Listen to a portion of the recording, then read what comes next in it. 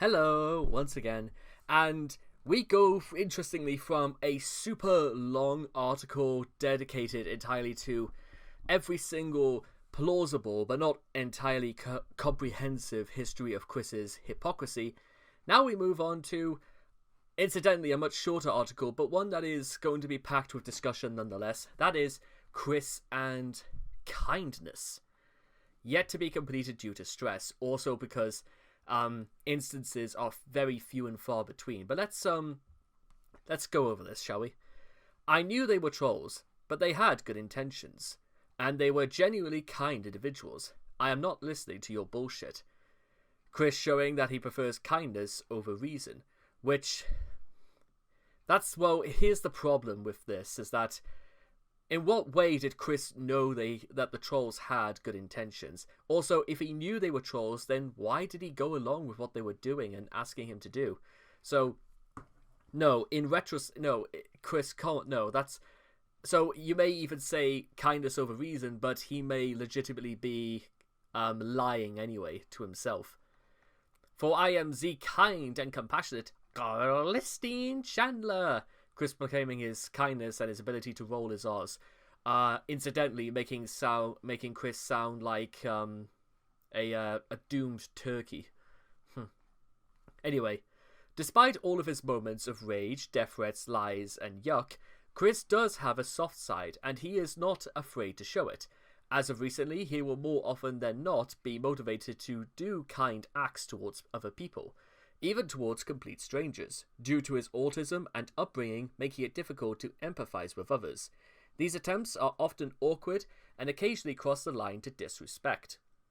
Chris has also shown a number of times that, due to his facade of kindness to others, he could very easily be manipulated by other people, as he rarely questions anyone's intentions beforehand, as that would be the unkind thing to do. This shows that Chris seems to have a stronger appeal to just being kind for people for its own sake, rather than so he can be more approachable, as he cannot distinguish when it is most appropriate to accept an offer versus politely declining it. And what you're about to see, ladies and gentlemen, is going to be a lot of...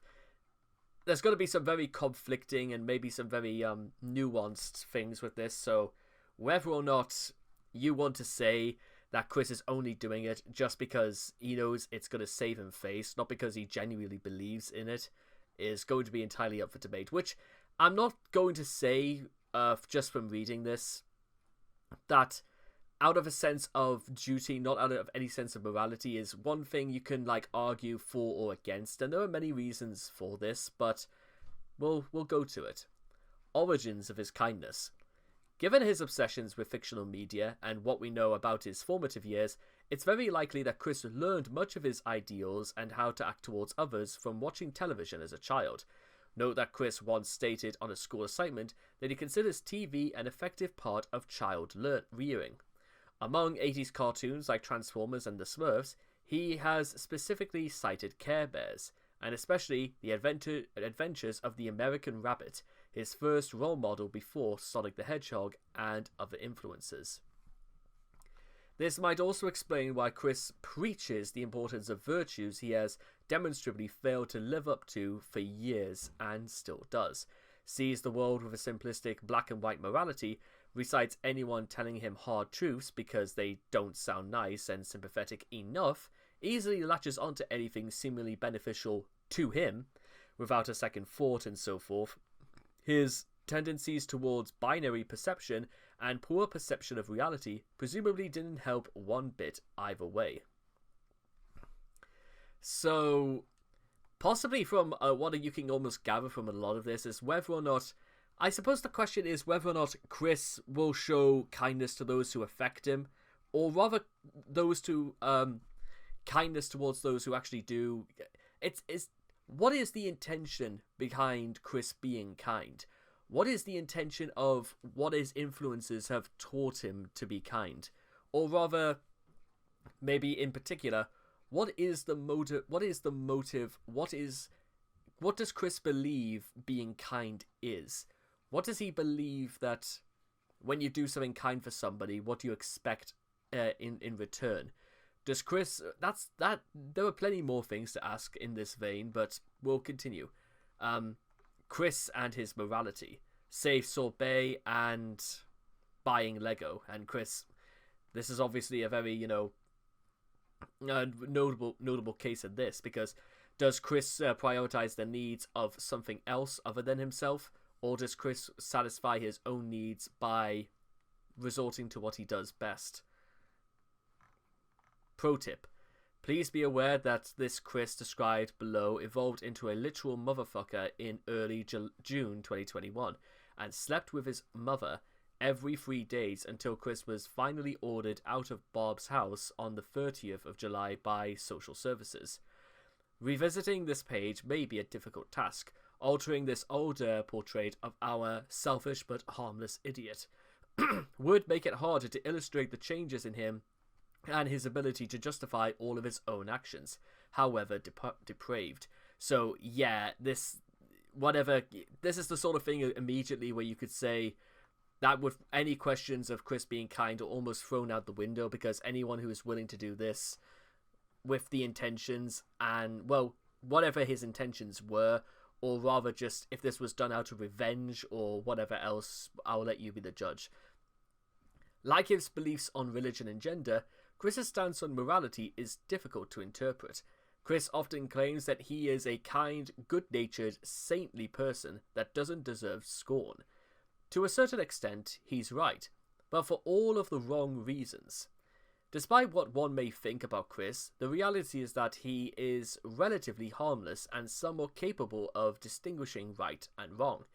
But that is only scratching the surface, as Chris's selfishness and naivete often turn out to be the main culprits behind him doing immoral actions, rather than true malevolence. One infamous example of this behaviour is when he foolishly drew and uploaded She Came for Quick.jpg onto Encyclopedia Dramatica as a means to combat all of the pictures of dicks and pickles he found on that site, as well as to prove his straightness, not thinking about how Megan might respond to being depicted in such an undignified manner and in a shoddily drawn piece of pornography. Megan, who was looking for just about any other reason to stop talking to Chris, was understandably revolted. However, what cements the fact that his naivete was partly responsible is how Chris tried to explain to Megan what happened in the picture itself, thinking that she was inexperienced in sex and didn't understand what was going on, rather than the obvious fact that she was depicted in such a demeaning situation and that Chris obviously wants to pound her. Whoever Chris acts kindly to depends on who he would classify as his friends and his enemies. If someone gets in the way of whatever he wants to do, or he shifts the blame to someone else for his own failings, Chris will deem that someone as a troll that wants nothing more of him than to make him miserable, showing very little respect of whoever inconvenienced him. Whoever Chris doesn't classify as a troll or feels temporarily joined to the side of the trolls are his friends. Typically, Chris will attempt to befriend internet celebrities and staff members of the media that he specifically enjoys. Unfortunately, again, by this point, Chris's exploits reach them, and their opinions of them form very much so. See Tara Strong, for example. Empathy. Chris has a very warped understanding of empathy.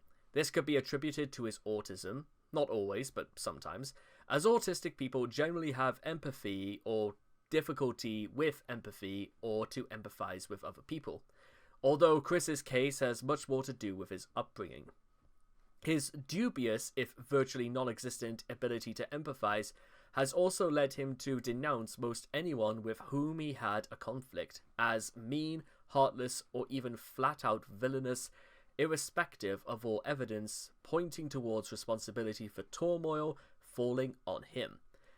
Despite fervently chiding them for allegedly lacking heart, or chiding them, he often neglects to take their thoughts and feelings into consideration himself, preferring to instead jump to conclusions just because they happen to deviate from his extremely simplistic ideals, not to mention deny him what he feels entitled to have. You could say a lot of these revolve around entitlement issues, and whether or not just Chris does what he does because he feels like that's his right and his prerogative. So, whatever you want to say, that's your answer. Motivations for doing good. Love quest and gal pals. When socializing with his alleged pals, Chris always takes the time to act as kind as possible to them, to the point where it becomes downright disturbing. Oh, isn't that the truth? Unsurprisingly, Chris has used social media as a means of continuing his love quest and finding the sweetheart he has desired for over a decade. Because of that, most of the people Chris attempts to befriend are girls, and without boyfriends. In terms of friendships on social media, however, whenever he feels he's up to the creek without a paddle, or he's up the creek without a paddle, Chris almost always will notice. I'm going to read that again. Chris will almost always doubt that he is in any way responsible for anybody turning against him, because in his eyes, he is too kind for anyone to simply block him on Twitter or to be hated by the masses, and instead shifts the blame on the trolls. This, coupled with the fact that Chris refuses to see the worst of his friends unless he gets the hint that they are denied access to their China, makes it sound even more disturbing. Yeah, to be honest, and even in images like this, where Doopy is pseudo trying to defend Chris, but unfortunately this wasn't to be, because you show Chris any sort of level of compassion, he will leech onto you. And it's mostly, again, females, because this was like during the period when Chris would get uncomfortably close to Doopy Do-Over, despite the fact that Chris obviously knew she was going out with somebody anyway. Defending others. As mentioned above with the Doopy saga, Chris has a tendency to believe he is doing good when in reality he isn't. A common motivation for doing what he believes to be good is so that he can defend someone he thinks is close to him. Chris has demonstrated this numerous times with troll-created sweethearts, such as attempting to defend Julie from Clyde Cash in voice chat messages, then driving all the way to Cleveland, Ohio, in his belief that she would be there. Chris has also attempted to shift the focus of weaning against Doopy to himself in his Twitter campaign, when in reality the situation, far less serious than he thought it was, could have been resolved had Chris simply quietened down. Avoiding trouble. In other instances, Chris will only act kindly to people to avoid getting into trouble. Whenever he tries to apologize to anyone, it's usually for reasons such as getting his PlayStation Network account back or an attempt to get back into places he was banned from. A lot of these seem to be neglected into the fact that sometimes Chris will do the right thing because the only consequences are the things that he would suffer from, and for no other sense of morality in terms of what people will think, the influence he sets, and what he knows between right and wrong. A very ecumenical standpoint, if you ask me. Personal benefit. In general, the reason for Chris's acting kindly towards others is his thinking that doing so is the best way to manipulate them into doing whatever he wants them to do. This is possibly due to his misunderstanding of simple etiquette and manners. How Chris demonstrates kindness. Apologizing. As mentioned before, Chris has a very limited understanding of empathy. On the rare occasions in which Chris admits his misdeeds and apologizes for them, ulterior motives are usually, if not always, present. This is in part to his upbringing and otherwise due to other things such as autism, all of which limit his ability to understand empathy. Curiously enough, Chris seems to lack the tendency to over-apologize for things, a trait known to be found in people on the spectrum, and normally will remain obstinate and particularly stubborn in his opinions unless forced to admit he was wrong, or if apologizing for some self-serving purpose. Using pet names. To refer to a gal pal in a kind, non-sexual manner, Chris will often refer to them as darling or dear. However, since Chris obviously doesn't understand how creepy it is to refer to a girl he's just met on the internet as darling, most girls who talk to Chris online will be set off by Chris's misuse of the word. And quite a lot of people in real life too. It's not just limited to Christine, I should say. Gift giving. Chris has shown several times his belief that kindness can be equated to simply furnishing others with luxuries such as video games, movies, comic books, and other such gifts, most notably from the way probably Chris was growing up, to be honest. Not realizing that charity alone is not the only virtue required to being kind. Perhaps the most noticeable instance of this was during his friendship with Megan, in which he carried out a protracted program of gift-giving, particularly right up to the moment it all came crashing down. The idea guys manipulated this aspect of Chris's beliefs on kindness to have him be extorted into providing them with vast sums of money, alongside brand new video games and consoles, as revealed by invoices provided by Chris and the Guard Dogs during the early stages of Operation Kingsnake. So it's a good thing that Chris never had access to OnlyFans in this case, because, yeah, they would have just accepted it without any quarrel unless Chris did something really stupid. Genuine acts of kindness. During the Liquid Chris saga, Chris wanted to get Liquid arrested, and therefore placing him in prison. However, after talking with Casey, he decided that he would hate to see you in jail, out of respect and of care, because she would be heartbroken. It's worth mentioning, however, that only a few seconds later he threatens to get him tried in court, so this would be taken with a grain of salt. Chris once participated in raising funds for Alex Lemonade Stand, a charity program that works to raise awareness of childhood cancer. Although he did it in memory of his deceased father, who actually passed away as a result of a heart disease, then cancer, it was still considered a positive contribution to Chris made to society. He also donated to Red Cross in the wake of Hurricane Harvey in September of 2017. That's, I will say is that, yes, probably Chris would have been motivated to do the right thing in this case, but why he didn't do more of things like this, and I'm not demanding Chris not demanding Chris to do things like this just for the sake of doing them, but it would have been a step in ways Chris could have redeemed himself in the eyes of the public if he truly wanted people to think that he was a sincere, kind person and not, in his words, a monster.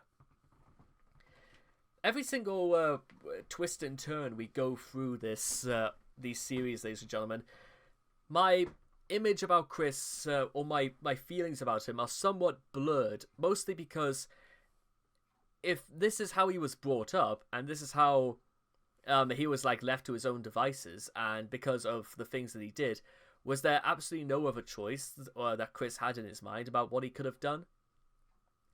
Though again, considering what we know about late July of 2021, it would be fair to say that whatever instances of kindness and generosity that Chris is capable of displaying that aren't equivalent to getting some sort of reward out of it, you can decide for yourself if Chris is even worthy of that distinction, because what happened, and I don't exactly know how you could portray that anything else other than,